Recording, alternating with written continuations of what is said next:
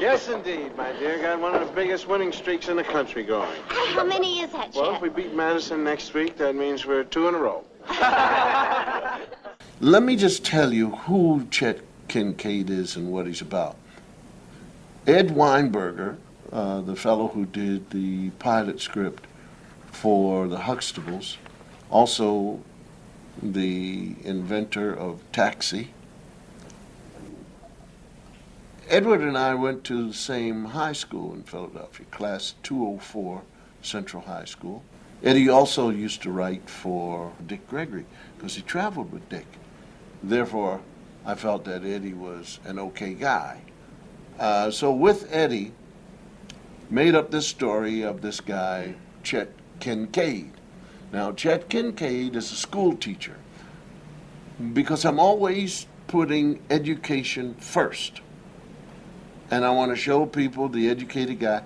And he's a graduate of a mythical, but real for the show, historically black college, but it's named after where I'm from.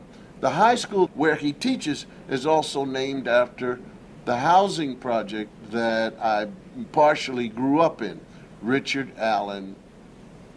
And they call it Holmes, but I changed the last name from H-O-M-E-S to H-O-L-M-E-S. So it's Richard Allen. So Philadelphia is in there and has always been in the stuff that I do. Philadelphia, Philadelphia, Philadelphia, Philadelphia. And education, education, education. Now, son, been your basketball coach now for a couple of weeks. And problem is we really haven't had a chance to get to know each other, have we? No, we haven't. I'm sorry about that, but usually I like to get to know my boys. You know, not just as the coach and as the teacher, but as a friend. Yes, sir. Chet Kincaid is a guy who wants to go from wherever in his house he is to a certain point and come back having done what he wants to do and day over, as with most human beings. However, with Chet, he starts out and something happens in his life to veer the course of where he was going to go and what he was going to do.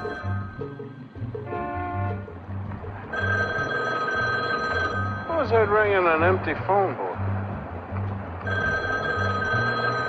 I know what it is. It's a beautiful spy girl. The enemy's captured her, taken her to an abandoned warehouse where they've locked her in. Guards fallen asleep. She's knocked the phone off the hook, dialed a number at random, and that's the number. Yes, indeed. Hello? It was 1969.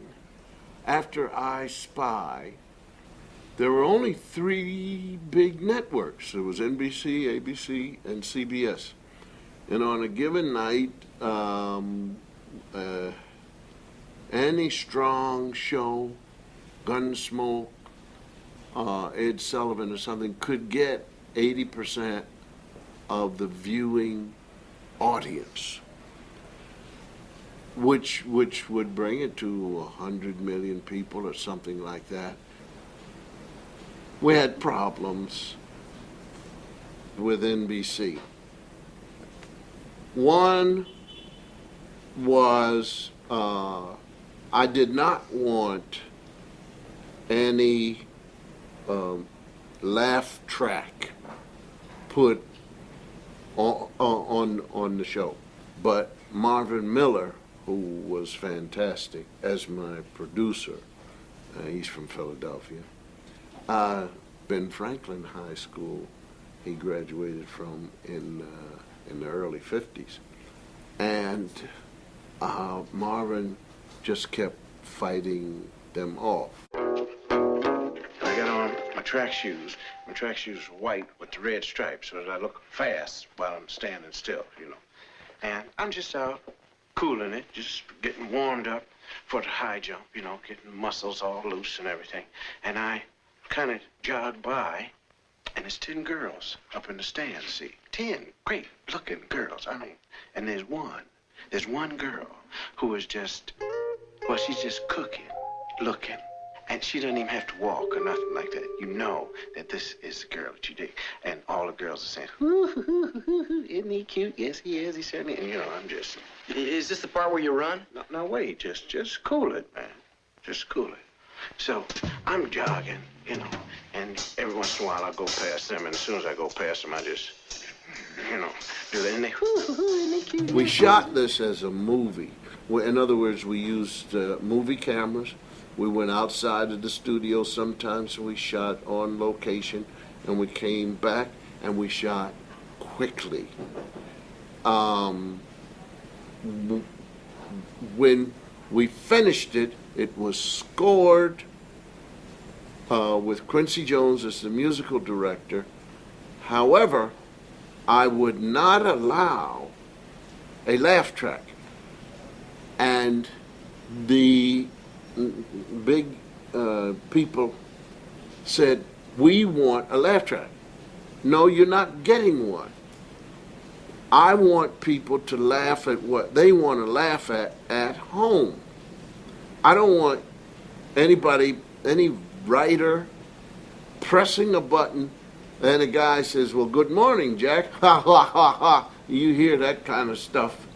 This is sort of sedating your audience. And people sit there, and now everything is so lazily done that the viewer doesn't even have to pay attention. They just sit there, and they hear people laughing for them. That was a big fight, and word kept coming back from these people. They kept saying, "You got to put a laugh track." And I said, "I don't have to put it on there, and I don't want to." Well, of course, they became angry, and to this day, I believe that they said, "Okay, this guy, we want to get rid of him. He's finished. He's got a 2-year contract. We'll let it roll, and then what we're going to do is we are going to just cancel the show."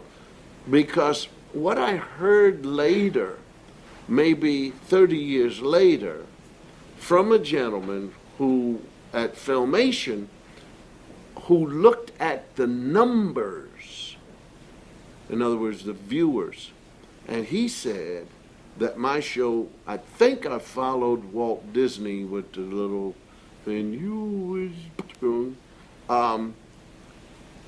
that the show in numbers was doing fine. But I think that these decided get it off the air. Come on, Brian! Brian! Brian. I said, go on and sleep over on the couch, man. Now, the part of my brother, played by Lee Weaver. Brian! What the? You.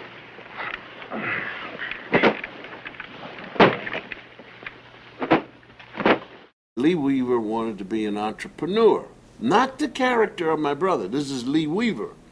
I met him in Greenwich Village. I was making $16 a night at this club in Greenwich Village. So Lee Weaver came to me and said that he had the Village Gate booked, and he would pay me $25 to work 2 shows at the Village Gate. The night of my working is the night I'm dark at the Gaslight, which is right around the corner. This is a coffee house. And I don't know who else. There was some other people on the bill. It wasn't just Bill Cosby by himself. Lee Weaver had to pay some other people, musicians. I think it might have been the Village Gate capacity was 250, I think, or 300, and I think for the whole night for both shows, Lee Weaver must have taken in must have been around 50 people for both shows. I was not a person I was just happy to be working. So Lee Weaver came to me, and he was not a happy person after paying the other acts, and he told me that he had no money. So I said, yeah, but you told me you were going to give me $25. So he said, well, just wait. So I waited about 3 hours. I don't know where he went or what happened, but I was never really worried about him. I just sat there and watched the guys mop up and clean up and put the chairs on top of the tables, and the place had all the lights on. And he came over, and he had a handkerchief. It's a white handkerchief, and it was a knot, and he put it down on the table in front of me, and he said, count it. And it was $25 worth of quarters.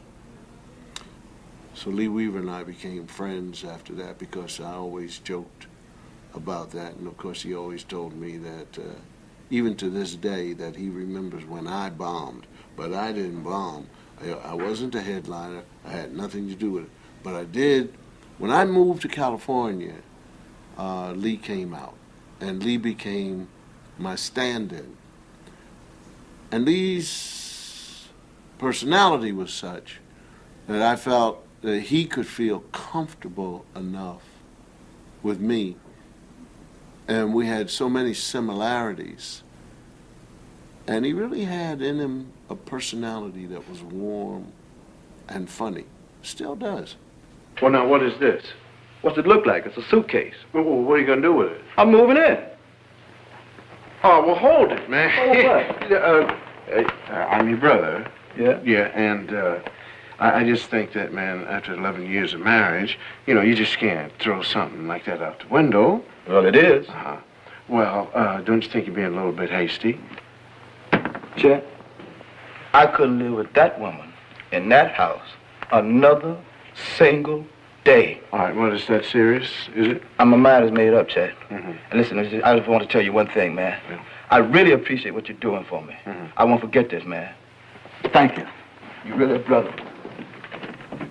There are many actors, they call them minorities, who never would get much work, but they came on my show and they became not the typical people, brown people, Asian people. What I gave them everyday life characters.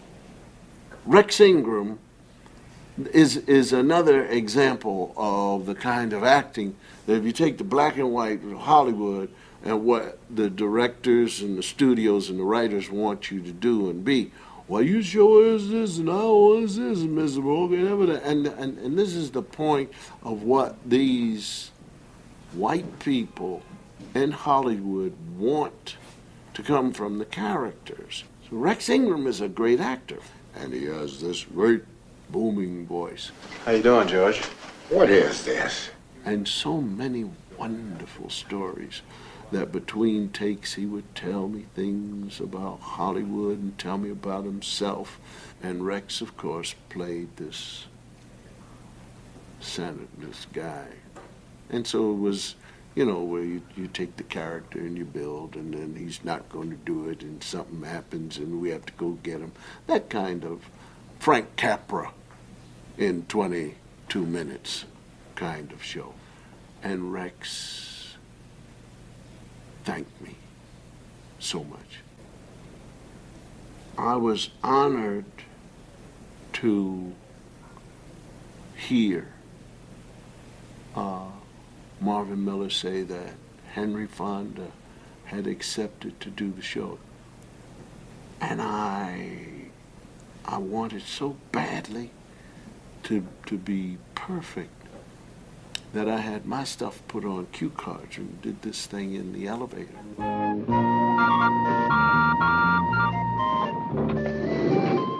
Hey, how you doing, Mr. Richards? Gee whiz, they got the English department working all hours around here, huh? Mr. Kincaid, I guess they must have pressed the wrong button. The two of us in the elevator, and we're talking about the world. It's a wonderful script. Let me explain to you what happened. See, you pressed the button for the third floor, calling it up here. Now, in between that time and the time the elevator came up and got you, I pressed the button for the basement, you see. Now, this elevator works beautifully because it just zips straight to wherever it's called, you see. So it's sort of like strictly first come, first served basis. I see. Very democratic. Yes, and sort of like the democratic process, a little slow and cumbersome at times. But generally gets where you're going. Mrs. Cosby showed up. My wife showed up. When I was telling her that I was going to do this and talk about the shows, I said, "Do you remember when Henry Fonda did the show?" She said, "Do I remember? I went there." I said, "Yes." I said, and you remember Henry Fonda? She said, "Yes, he was fantastic." I said, "And what about me?" She said, I don't remember you." So much for marriage and respect. I love Quincy Jones. And I want to hear jazz. I want to hear progressive jazz. I want to hear bebop, and I want to hear the blues. And so they okay, Marvin, God bless him, no fight, Quincy Jones. And Quincy said yes, boom. There's a club called Shelley's Manhole. So what Quincy does is he waits till these major stars come into town and play Shelley's Manhole, or in Hermosa Beach, the Lighthouse. And he has them come in, and they go into the studio, and Quincy is there. And so then one day I went in, and I always liked to be Jack Benny, the Jack Benny of progressive jazz. You know, the comedian who can do some stuff, but not well enough to be world renowned at anything. So, and I think it's also funny to be in the way and have the musicians kind of say, "Look, can you just move out of the way here?" Or the audience will love it. So I walked into the recording studio, and he had to say the bone, and Paul Humphreys is an excellent drummer. Man, Paul Humphreys can play with one finger, and the next thing you know, you're just dancing. So and they had this white woman, Carol. I forget her first and last name.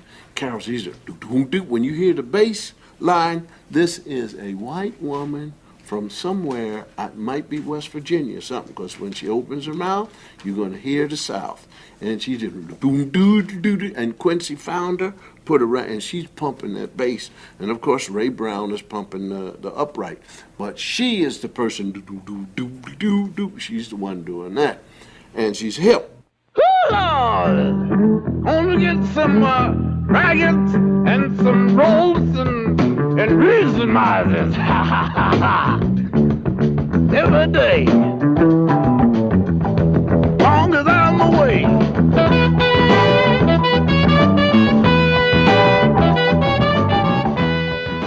So Quincy's smiling, and Quincy points to me. And of course, hey man, it's my show. So I said, "Oh Lord, oh Lord, I'll get some rattles and rolls and the reason why." Well, to me, it was a tribute to my grandfather, because there was sometimes my grandfather, my paternal grandfather, he would talk, and I didn't understand. He's from Virginia, but he just had a way of talking. I didn't understand him. For instance, I have a corporation, one of the four, I guess, and it's called Jimin. And for years, my grandfather said, and Jimin this, and Jimin that, and Jimin this. So finally, I went to my grandmother, and I said, well, Granddad says Jimin, what does he mean? And my grandmother said, gentleman. I said, okay. So that's, and that's the way he would talk. He would give a philosophy, and he said, you get, everything in life has a soul, and get in a load, then you got to sing. Take it on. I said, I'm a little kid, and I'm not even paying attention. All I'm waiting for is 25 cents. When he finishes the lecture, he's going to give me some money.